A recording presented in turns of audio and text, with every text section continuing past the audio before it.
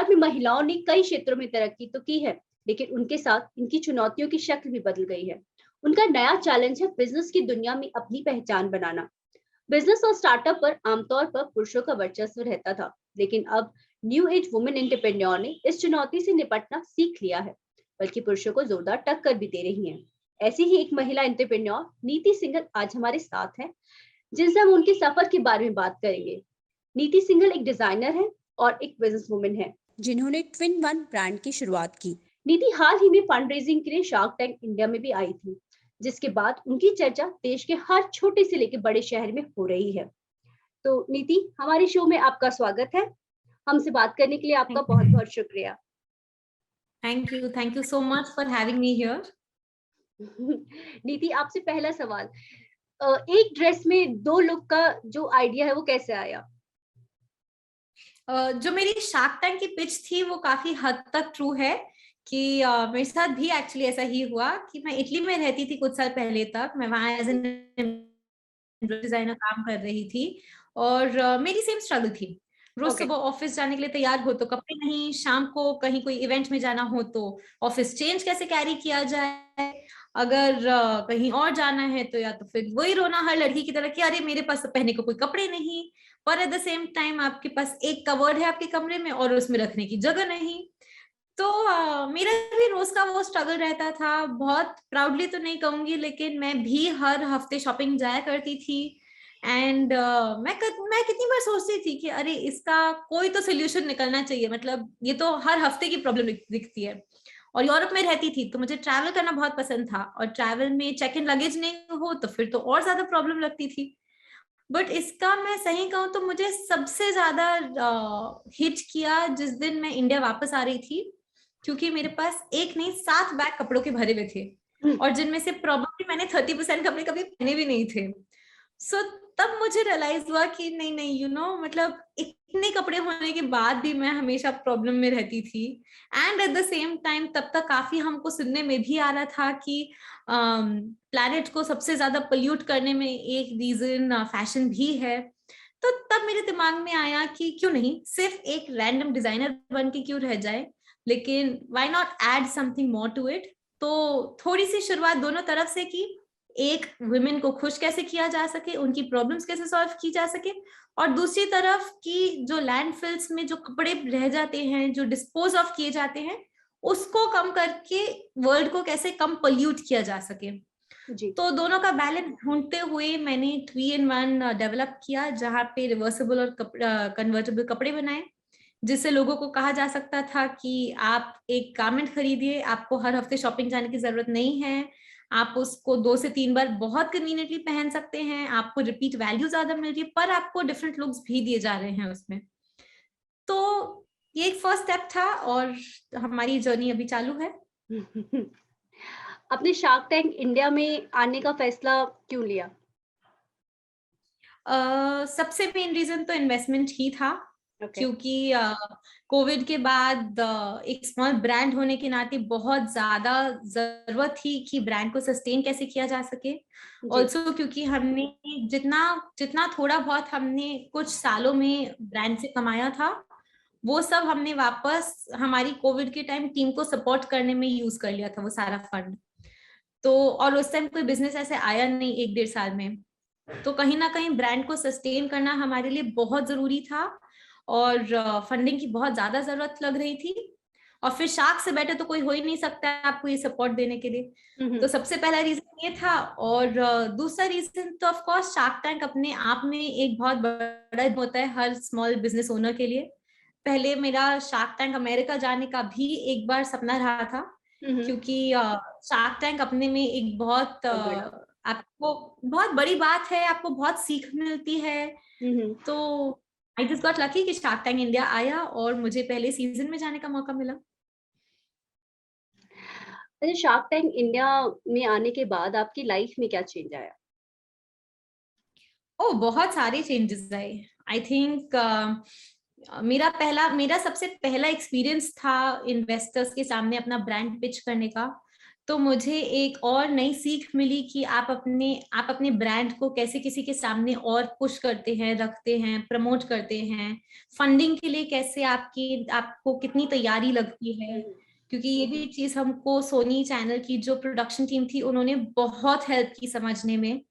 तो I would definitely like to thank them, क्योंकि उनका बहुत बड़ा सपोर्ट रहा है हमको to train us for that, हमको पूरा उतना एक्सपीरियंस और समझ देने के लिए उस चीज की। तो वो तो डेफिनेटली था।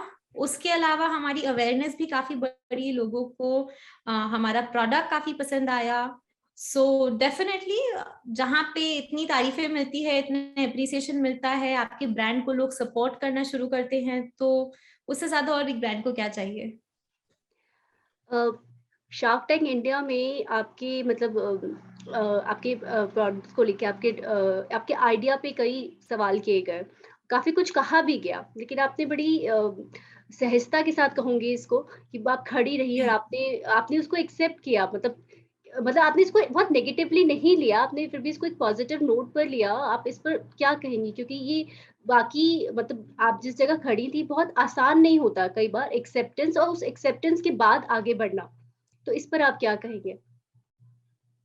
मेरा हमेशा से मानना रहा है कि जरूरी नहीं है कि जो चीज आप कर रहे हैं वो दुनिया में सबको पसंद आए। जी। आज अगर वही बात होती तो हम शायद से गूगल पे या डिफरेंट एप्स पे या वेबसाइट्स पे हम रिव्यू का ऑप्शन कभी नहीं देखते। हम्म। पर आज वो रिव्यू का ऑप्शन इसलिए होता है कि एज एन इंडिविजुअल आपको किसी का ओपिनियन मिले आपके प्रोडक्ट पे, कि सामने वाले की सोच क्या है आपका बिजनेस को देख के। एंड रही बात शार्क टैंक के मंच पे जो रिस्पॉन्स मिला या जो ओपिनियंस मिले, तो उसको मैं कंप्लीटली रिस्पेक्ट करती हूँ, क्योंकि आज जब मैं एक तो लकी हुई कि मेरे सामने सारे 7 शार्क थे, और जी। सारे सातों शार्क अपनी अपनी फील्ड्स में इतने ज्यादा एक्सपर्ट्स है कि सब सातों का रिव्यू मिलना और ओपिनियन मिलने से ज्यादा बड़ा तो मेरे लिए कोई अचीवमेंट ही नहीं होता उस प्लेटफॉर्म पे।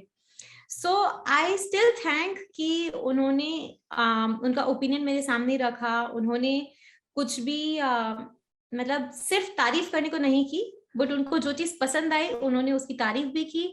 जो चीज उनको थोड़ी कम ज्यादा लगी उन्होंने उस पे भी अपने पॉइंट सामने रखे। एंड डेफिनेटली वो मुझे ग्रो करने में बहुत हेल्प कर रहा है। जैसे स्पेशली नमिता की बात, मैंने ऑलरेडी उस पर काम करना स्टार्ट कर दिया, क्योंकि उन्होंने मुझे ये चीज कही थी कि व्हाट इफ अगर किसी को एक डिजाइन पसंद है और दूसरा नहीं। नहीं। तो हमने एक्चुअली उस चीज को थोड़ा सा और सीरियसली लिया कि हाँ शायद से ये प्रॉब्लम लोगों को हो सकती है, पर हमें कभी इतना ज्यादा नहीं पता चला, क्योंकि हम हमारी वेबसाइट twin1.com से बेचते हैं। हम्म। तो हमने उसको थोड़ा सा और सीरियसली हमने उस पर काम करना शुरू किया कि हम कैसे लोगों को और ऑप्शंस दे सकते जो अपनी पसंद की वैरायटी दोनों साइड के लुक्स में खरीद सके। सो या आई मीन रोज एक सीख मिलती है और हम उस सीख को यूज करते हैं। अच्छा, जैसे शार्क टैंक इंडिया के उस एपिसोड में उन्होंने आपसे प्राइसिंग को लेकर भी बात की थी कि कितना लाइक मासेस तक पहुंच सकता है, तो क्या आपने इस पे भी कुछ वर्क किया? यहाँ पे एक छोटा सा कैच है जो मैं जरूर आपके साथ शेयर करना चाहूंगी। Okay. आप सबने ये जरूर देखा कि जो ड्रेस मैंने पहनी थी वो 15,000 की थी। और रही बात उसकी, तो वो तो इसलिए क्योंकि मैं खुद नेशनल टीवी पे पहली बार आ रही थी, मुझे मेरी सबसे ब्यूटीफुल एम्ब्रॉयडर ड्रेस पहननी थी। Okay. तो इसकी मेरी ड्रेस 15,000 की थी, लेकिन हमारी स्टार्टिंग प्राइस ओरिजिनली 3,000 रुपीज से है। सो 3,000 रुपीज मैं ये नहीं कहूंगी मास के लिए अफोर्डेबल है, पर ट्वी के साथ हमारा जो ये मिशन है कि हम लोगों को उनके कपड़े डिस्पोज ऑफ करने में एक थोड़ा सा पुश ला सके, हम उनको थोड़ा स्लो फैशन की तरफ खींच सके। तो उस विजन में हमारा फिलहाल जो टारगेट ऑडियंस है वो ऑडियंस है जो आज फास्ट फैशन विक्टिम है, जो ये नहीं देखता है कि मेरी ड्रेस कितने की है, पर वो ये देखता है कि मुझे हर हफ्ते जाके शॉपिंग करनी है। क्योंकि ऐसे लोगों की वजह से आज दुनिया में इतने सारे बीचेस पे इतने टन के कपड़े रखे हैं, इतनी क्वांटिटी में कपड़े पड़े हैं जो आज तक कभी शायद यूज भी नहीं हुए। तो हमारी शुरुआत वहां से है कि हम पहले इस फास्ट फैशन ट्रेंड को थोड़ा स्लो डाउन कर पाए, थोड़ा सा फैशन को कॉन्शियस कर पाए, और फिर हम टुवर्ड्स मास की तरफ स्केल कर पाए। क्योंकि मास ऑडियंस जो है वो वैसे भी थोड़ी कॉन्शियस रहती है अपने में, तो वो हमारी डायरेक्ट ऑडियंस नहीं है। हम पहले हमारी ये एक विजन को थोड़ा सा ध्यान में रखते हुए इस ऑडियंस को हम थोड़ा सा इनका माइंडसेट चेंज करें और फिर हम मास की तरफ बढ़ेंगे। तो मैं ये नहीं कहूंगी हम कभी नहीं करेंगे, बट उसमें थोड़ा सा समय लग सकता है। अच्छा, कपिल शर्मा के शो में शार्क टैंक इंडिया के जो जज थे अश्विनी ग्रोवर जी, उनकी वाइफ वही आपकी ही बनाई ड्रेस पहनकर पहुंची। इस पर आप क्या कहना चाहेंगे? वेल हमको बहुत, we got very excited and we were very happy, क्योंकि अश्नीर के ओपिनियन के हिसाब से उनको हमारा काम बिल्कुल पसंद नहीं आया था। बट उनकी वाइफ एक डिजाइनर है, और जैसे कि सब जानते हैं कि मैंने मेरे एक प्रोडक्ट, मतलब सारे शार्क्स को एक एक प्रोडक्ट गिफ्ट किया था, सिर्फ इसलिए क्योंकि मैं चाहती थी कि वो पिच के अलावा भी, पिच में सिर्फ एक होता है कि आप गारमेंट देखिए, बट मैं ये भी चाहती थी कि उनकी फैमिली एक बार एक्सपीरियंस कर पाए कि ये गारमेंट्स चलते कैसे हैं, कितने कंफर्टेबल होते हैं, कि बाद में कभी फ्यूचर में मुझे अगर मौका मिले उनसे जानने का और एक फीडबैक लेने का, तो मेरे पास एक मौका रहता। पर जब माधुरी ने पहना, वी वर वेरी हैप्पी, क्योंकि कहीं ना कहीं उनको कुछ तो पसंद आया होगा, या तो डिजाइन, या तो फिट, या तो कंफर्ट। अदरवाइज कपिल शर्मा जैसे इतने बड़े शो पे आई डोंट थिंक वो हमारी ड्रेस पहनना पसंद करती। So we were deeply happy about it, और हम उनको आज भी थैंक करेंगे फॉर अप्रिशिएटिंग आवर वर्क। अच्छा, इन सब के बाद अमूल ने आप पर अपना एक एड भी बनाया और आपको अपनी अमूल गर्ल भी बनाया। तो आपको लगता है कि जो एक तरह से नेगेटिव थोड़ी सी पब्लिसिटी हुई थी, इससे भी मतलब आपके लिए बहुत पॉजिटिव रही। इस पर आप क्या कहेंगे? और दूसरी चीज ये कि आपको अमूल गर्ल बनाया गया। वो तो आई थिंक मतलब अमूल गर्ल बनना इतनी बड़ी बात है इंडिया जैसी कंट्री में, कि आई थिंक हम जैसे छोटे बिजनेस एंटरप्रेन्योर्स की तो गोल्स की लिस्ट में भी शायद हम काउंट नहीं करते, क्योंकि शायद हमने बचपन से उनके सिर्फ होर्डिंग देखे हैं, हमने बचपन के सिर्फ उनसे उनके एड्स फॉलो किए, कभी ये नहीं उम्मीद कि अरे एक दिन हम भी इन एड पे हो पाए। जी। तो वो उससे बड़ा अचीवमेंट मुझे नहीं लगता है मुझे लाइफ में कभी मिल पाएगा। And I am truly truly thankful to the Amul team कि उन्होंने मुझे नोटिस किया। एंड रही बात नेगेटिव और पॉजिटिविटी की, सो आई डोंट थिंक कभी भी हमने किसी भी चीज को नेगेटिव लिया। जैसे कि मैंने कहा कि अश्नीर का भी एक अपना ओपिनियन था, और मैं उनको कंप्लीटली रिस्पेक्ट करती हूँ, क्योंकि वो आज जिस लेवल की एक्सपर्टीज के साथ आते हैं, वो अपने में एक काफी रिस्पेक्टेबल पोजीशन से आते हैं। सो नेगेटिव चीज कहीं थी ही नहीं, I don't think so. I think सबका अपना अपना परसेप्शन होता है। That's all that I would say about it. अच्छा, अभी तक की अपनी जर्नी को एक आइडिया लेवल से एक उसको कारोबारी लेवल पे, फिर शार्क टैंक इंडिया, उसके बाद जितना एक तरह से मतलब अब आपको मुझे लगता है कि घर घर में लोग जानते हैं नीति सिंह, नीति कौन है। तो इस पर मतलब इस सफर को लेकर आप क्या कहेंगे? मैं ये कहूंगी कि this is just a small step taken ahead. अभी बहुत लंबी जर्नी है। हम सिर्फ हर दिन सिर्फ ये कोशिश करते हैं कि एक एक छोटा बेबी स्टेप ले। हमारा ट्रू विजन है कि हम हम तब कहेंगे जब हमने कुछ बहुत बड़ा अचीव किया है, जब इस दुनिया की हर लेडी की वार्डरोब में एक ट्वीकी ड्रेस होगी, क्योंकि वो एक एक ड्रेस बन के अगर हम पूरा एक बीच क्लीन कर सके और उतने लैंडफिल्स को खाली कर सके, उस दिन हम कहेंगे कि हमने कुछ अचीव किया है। बट अभी फिलहाल उस अचीवमेंट की तरफ हम रोज सिर्फ एक एक स्टेप ले रहे हैं। अच्छा, हम बात कर रहे थे वुमेन्स डे को लेकर स्पेशली। आप वुमेन्स डे पर महिलाओं को क्या सलाह देना चाहेंगी, जो आपकी तरह ही डिजाइनर बनना चाहते हैं या एक कारोबारी बनने का सपना देख रही हैं? मैं एक चीज में बहुत स्ट्रांगली बिलीव करती हूँ, that never stop believing in yourself.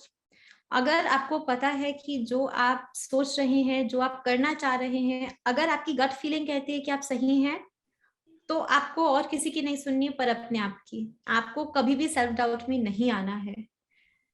I think this is one मंत्र ऑफ माई लाइफ, क्योंकि मैं रोज सुबह अपने आप को कहती हूँ दैट नीति, what you are doing is great and don't stop believing in yourself। और बस उसी से मेरा दिन शुरू होता है। And here we are. Niti, women's day पर हम लोगों से बात करने के लिए आपका बहुत बहुत शुक्रिया। Thank you so much for having me here. I truly enjoyed talking to you. Thank you. और हम लोग आपसे मिलते हैं अपनी अगले इंटरव्यू में। धन्यवाद।